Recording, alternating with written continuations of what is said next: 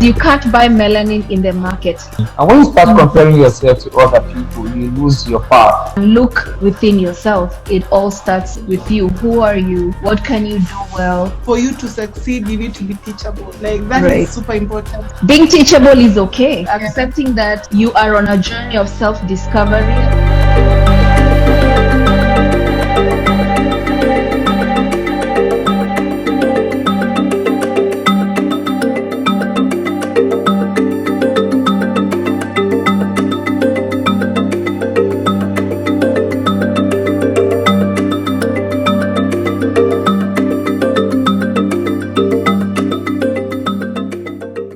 Lovely.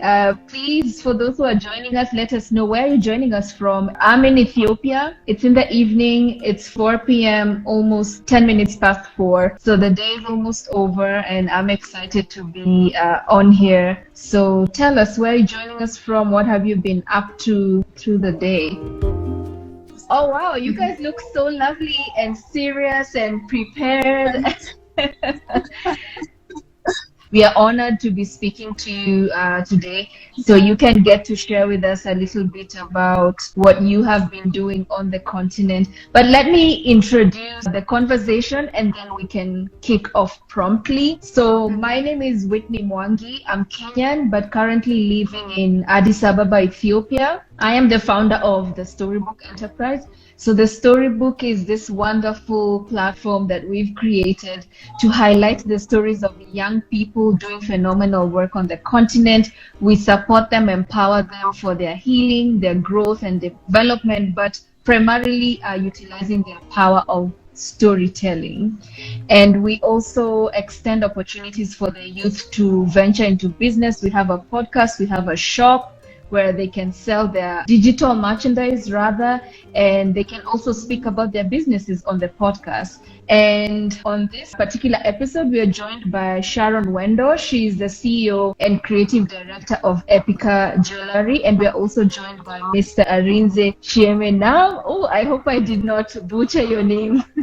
Who's a young African on fire from the eastern side of Nigeria. Igbo's in the house. He has massive appreciation for everything African. He's a great storyteller, and that has led him to the venture of spoken word content development and social media management. So welcome, Arinze and Sharon. I will hand over to you to maybe say a little bit about yourself in case I've not mentioned everything. Ladies first.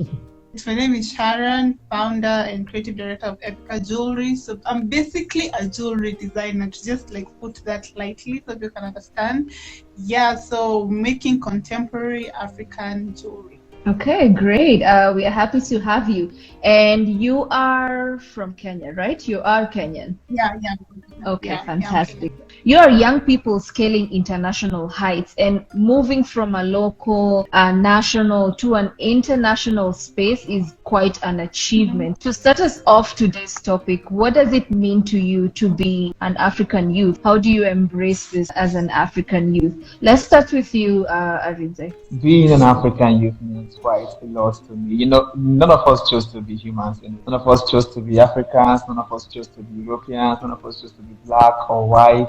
But being an African, I think it's one of the things that if I have the chance, I will choose to be an African all over. It gives me a lot of pride and joy to be an African, to be a part of people with a lot of history, a lot of culture, a lot of beauty, of course. I mean, look at you ladies here in the house. You know that beauty is not far from Africa. Thank you. And I'm so proud to be part of this continent, especially with the understanding that here in Africa, nothing comes easy. There's nothing here that money can buy. What we have in Africa is not what money can easily buy. If you don't buy melanin in the market, you don't buy pride and our history in the market. No, you can't buy African. So that what makes me most proud to be an African.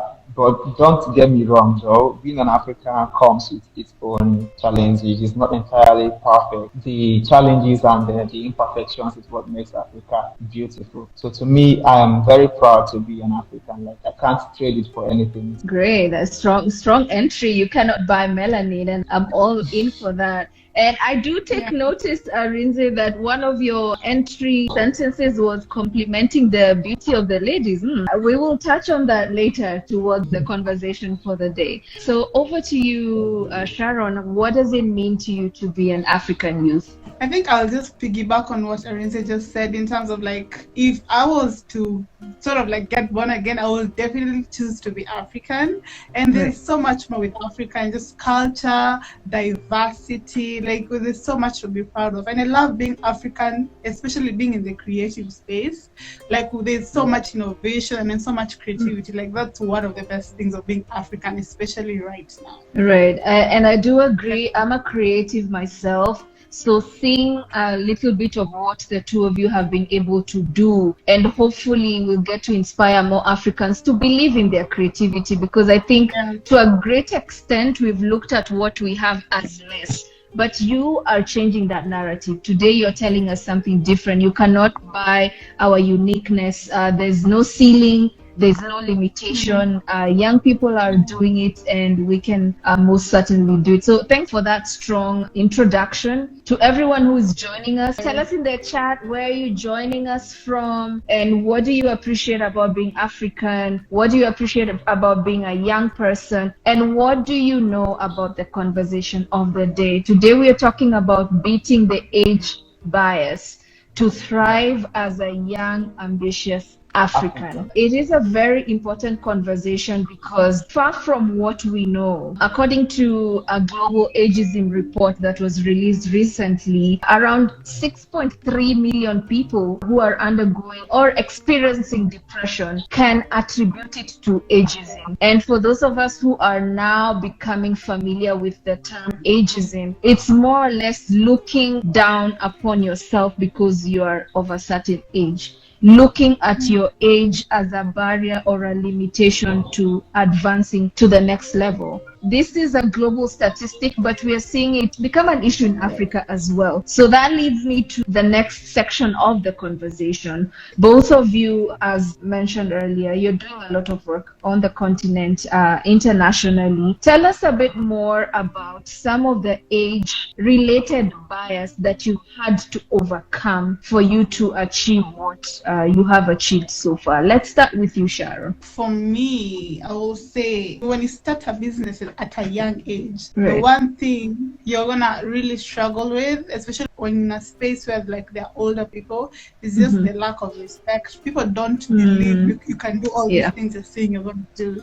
So respect is basically is the biggest thing. People don't really believe in you. They don't think you have to command the room. Yeah, you have to always command the room. So respect is one big issue when you're a young person running a business. So you have to always command the room, and also you have to prove yourself. People will not give you respect until you prove yourself, prove you can do it. And it takes a lot of work and a lot of consistency as a young person in the creative space running a business. It takes a lot of hard work for you to prove yourself to these people who've been in the industry for millions of years. They can give you that respect. So, and when you get that respect, you don't have to grow older to get the respect. You have to believe in yourself. And that's a big thing when you're running a business. You have to believe in yourself. You have to believe in your craft. And believe in your craft and show you can do all these things. And then the respect will come. But also don't let people push you over because you're young. That can be a challenge when you're young, when you don't know anything. A lot of people will take advantage of you because you don't know anything. So you have to actually try and design all these moments where people are trying to take advantage of you because they think you don't know anything, and surround yourself with other young people who are also in the business. That does help, because when you have a community around you, you really help each other when you're in these situations. Don't you just love stories? Stories shape how we understand the world, our place in it, and our ability to change it. We are all products of our backgrounds, perceptions, and experiences, which all form how we interpret the world. So we all have unique stories to share. What are we without stories? If you're a sucker for inspirational stories, you'll feel right at home at the Storybook. Let's keep the conversation going. We just can't wait to hear from you.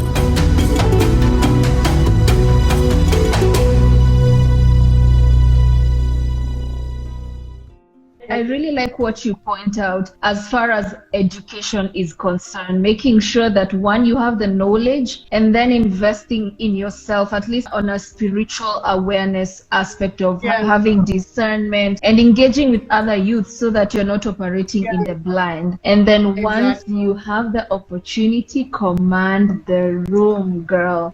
Cindy in the chat says 100% command the room, right? I like that. Arinze, how have you experienced this and how do you address the bias? I come from a place where people relate with people regardless of their age. The young ones are very free to relate with the elderly ones. So talking about facing age barriers, I can't really personally relate to that because always been in company of people who are older than me, and I've always tried to do things that they do. I don't really care about my age. If I find them playing football in the rain, I'll join them and play football, and I don't care whether they are shouting at me to go inside. No, I always want to do things that the older ones are doing. That's always been my passion. I don't really relate well with my age mate. Like, I always want to be where the older ones are. So for me, I don't really see age as a much of something that should cause barrier in someone. I always ask myself, what is that person doing? How are they doing it? What skill exactly are they using to do that they are doing? And when I ask this question, I answer them and I learn that skill. It's something that I really want to do. I learn the skill and I do it. For me, age is not a matter. Like, it's not something that should cause a career.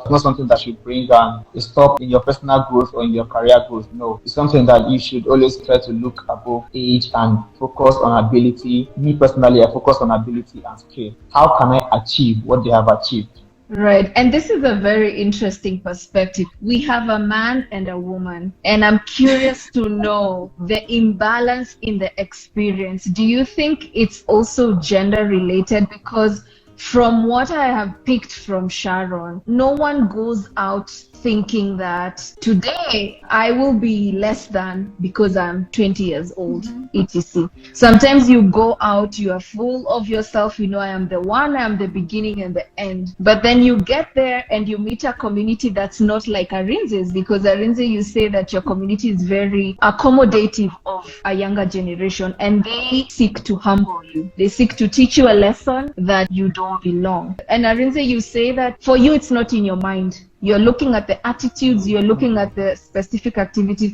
So where is the imbalance? Do you think it's a male-female issue? Do you think it's a mindset issue? Do you think it's an environment issue? And both of you can tackle this, but let's start with you, Arinze, because you raised it. I think it's more of how you try to present yourself. As children, though, we don't really know how we present ourselves. Some of us have this fear in us, like we always fear the elderly ones. So it's not something that has to do with gender. It's how eager you are to project yourself, to relate with these people who are older than you. As a kid, I never really cared about the age bracket. Whatever it is that I want to do, I do it, regardless of who is watching, who is in control or anything. I can say the same thing for my cousin. I call her my sister. Yes, we have this story, like we don't really care. It's not something that is gender related, even though that some of our playmates as kids, they were not entirely like us. So they tend to stay away from these older ones. Like, once they have someone talk down at them, they walk away. So those kind of things. But we don't really have it in us. So it's not something that is gender related. It's about the personality, about your mindset, about who you really are. I see. And I'm trying to apply it to my own perspective just to create a balanced understanding. I see that even when you find yourself in a room where there are some people who are not so friendly or accommodative of you being young, you should just sidestep it. You're here to learn, you're here to achieve, you're here to grow, you're here to make big things happen. So you just need to sidestep it and move on. Did I capture that correctly? That's what I mean. Okay, I see Sharon nodding rigorously. Please go on. Yeah, I agree with some points. Yeah, I think it's definitely a mindset issue, and also I think culture has a lot to do with it, because overall in like the African culture and setting, we're raised in these homes where like elder people know everything basically. When you become an adult and you're starting to question things, right?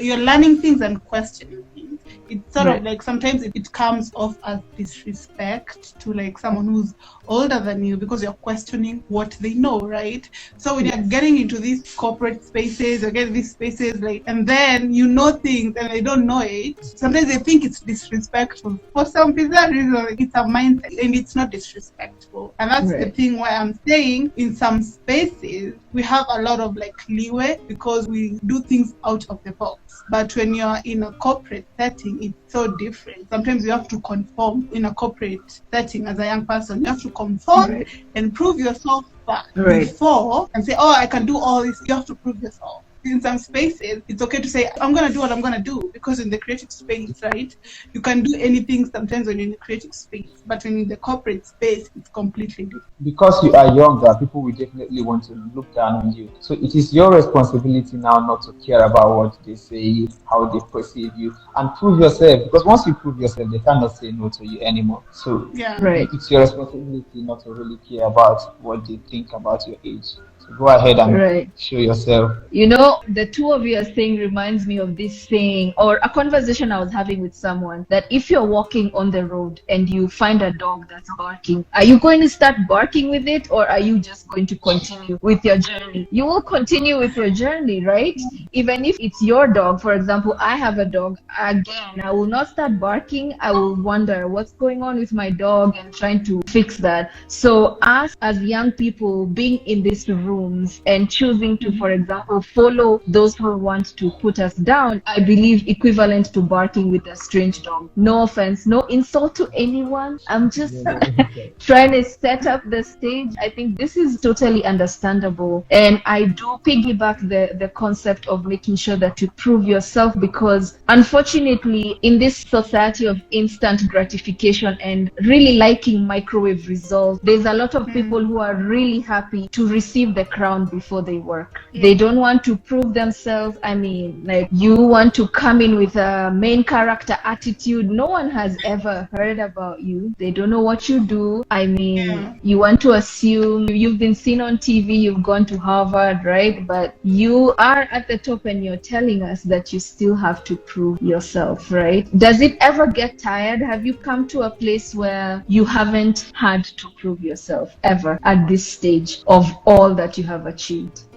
Where I am right now, I'm not trying to prove anything to anyone. It's just proving basically myself and the things I want to achieve. It's not about the outside world or the outside noise. So I'm not in that space where I need to prove myself to anybody else, because I went through that phase when I was studying a business. Because when you're studying it, sometimes validation is important. Sometimes we all want to be validated sometimes. And yes, for you to be validated by the outside world, you have to prove yourself to the outside world. So when I've gone through that process, I'm not in a space where I need to prove the world anything. I just need to prove myself and all the things I want to achieve. Right. Arinze, would you like to add to that? I absolutely agree. I think growth is more of a personal journey than anything else. It's more of what you want to achieve than anything else. Right. Okay, that's fantastic. So bringing it down to an individual level, I'm looking at the comments in the chat just to see if there are any questions we can respond to and comments we can handle. L Noble, he says, you can't buy melanin in the market, line registered. Cindy says, so much to be proud of as an African, for sure.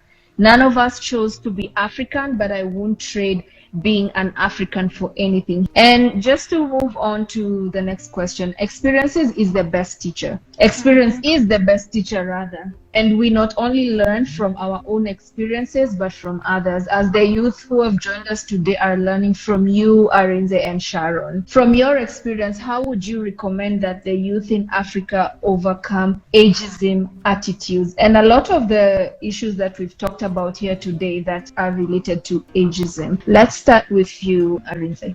All right. So first of all, what I would say is that anyone who should want growth should first of all focus on themselves. Like people tend to get distracted by what others are doing, by what their age mates are doing, and then they get easily swayed by anything else they see their age mates doing, that they tend to forget about themselves. Here in my own part of the half of Africa, you hear a mother say, "Look at your mates are doing this, your mates are getting married, your mates are getting a job," and they don't really understand because growth is a personal journey. And when you start comparing yourself to other people, you lose your path. So the best thing is to do for anyone who's an African who wants to beat the age barrier is to focus on yourself. That's the only way to grow. Like when you focus on yourself, you grow massively. Leave what others are doing. If you try to do what others are doing, you keep swaying. You keep jumping from this ship to the other. You keep jumping from that ship to the other. You lose your strength. You don't even understand your strength. You see this person doing well as a businessman, and then you leave your writing, which you know that you are very good at writing, and then you go into business. And then few years down the line, the business crashes, and then you find someone else who is doing well as a model. You say, yes, you want to go into modeling just because the person is doing well. You are not exploiting your own strength. You just want quick success. But when people focus on themselves, they see that they can achieve anything that they want to achieve, because that's the only way growth comes. You develop your own strength, focus on your own strength, find out your weaknesses and eliminate the weaknesses, or rather work on them. So you don't have to wait till you are 40, or you don't have to wait till you are very comfortable. Use your available resources and then do things because you want to do them, because you really have interest in them,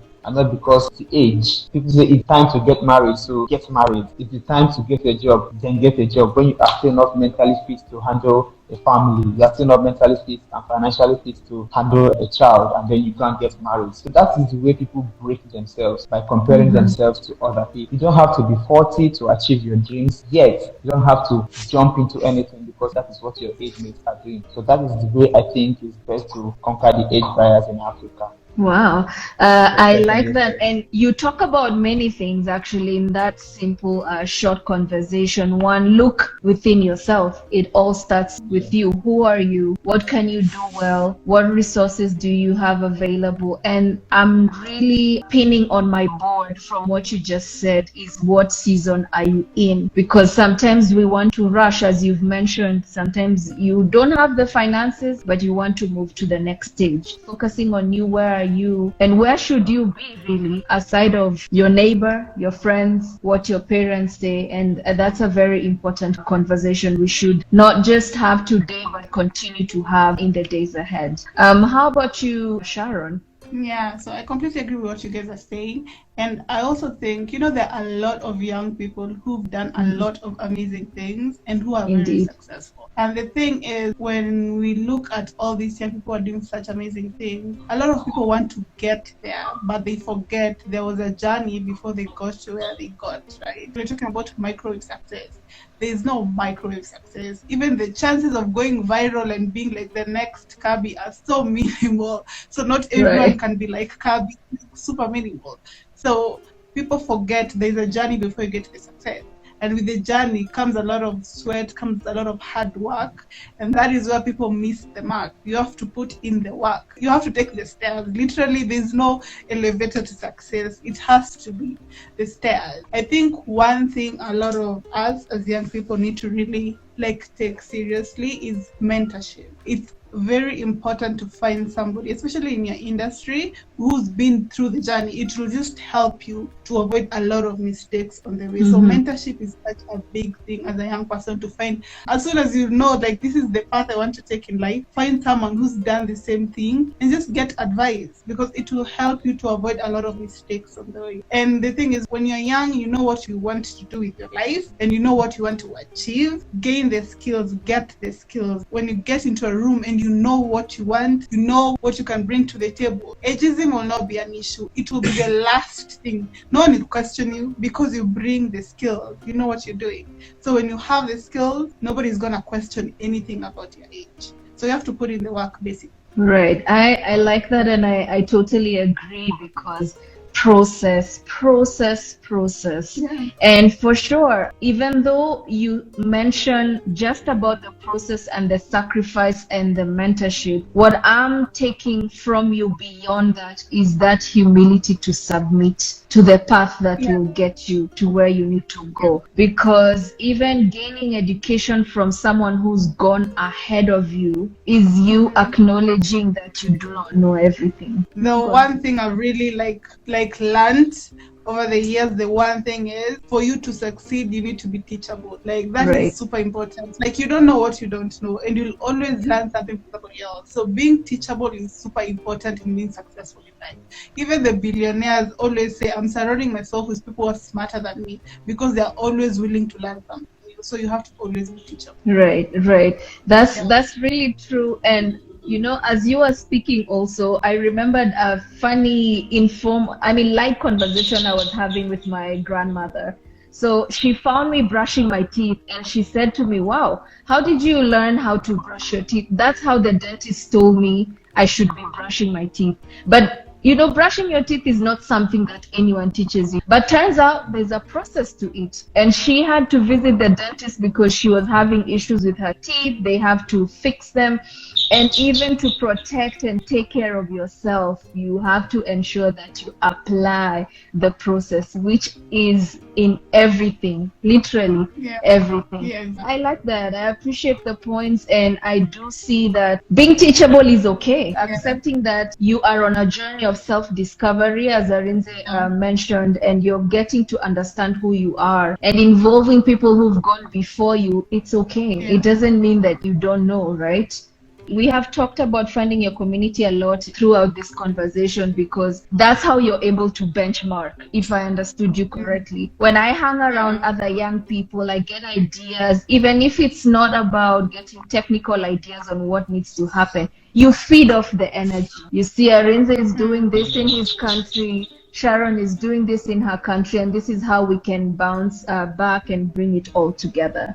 Yeah, okay, great. So that brings us to the end of the questions. As you think about questions you have for me or for our audiences, I'd like to thank everyone who's joining us, the people who are taking note in the chat. You can find us on www.thestorybook.whitneymwangi.com, and all the podcasts are on there, including this one. So you don't have to miss a beat. You can share with your friends. You can remember and refresh your memory from everything that was said today that perhaps you will not grasp today. So I will hand over to you for any questions, clarifications, or just a word of encouragement to our young people. Let's start with you, Arinze. You've been quiet. I think you're reflecting on everything you've heard today. Things are about to change. All right, I have just one question for you. This idea of bringing, I'm from Nigeria, Sharon is from Kenya, right?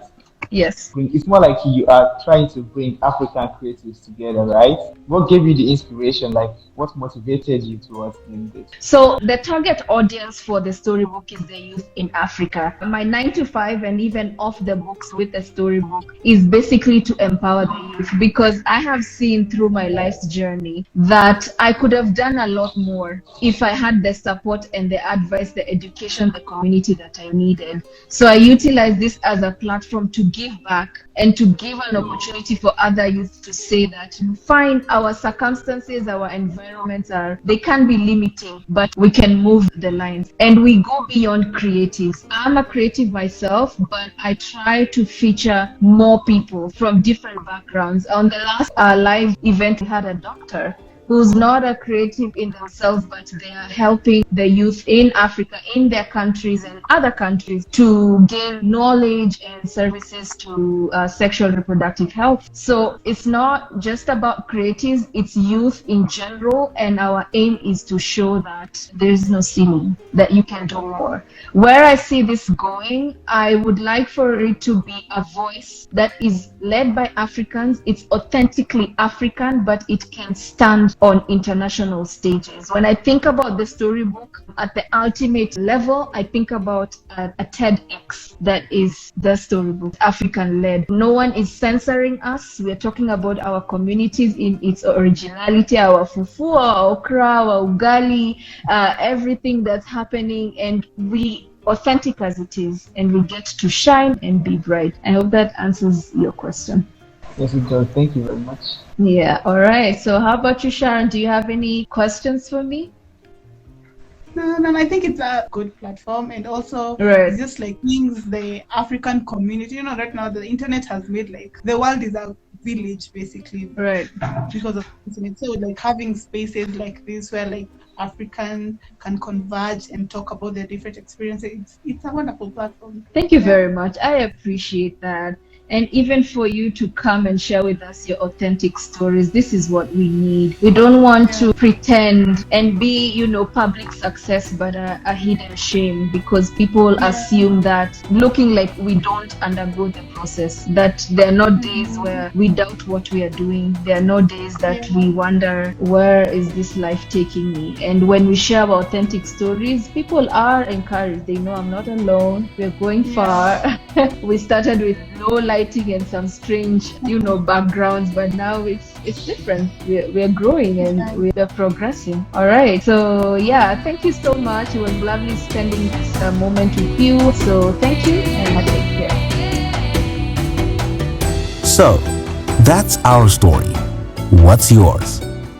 Be sure to connect with us on social media at thestorybook_ENT on Instagram, The Storybook ENT on Facebook, at storybook_ENT on Twitter. Let's keep the conversation going. We just can't wait to hear from you.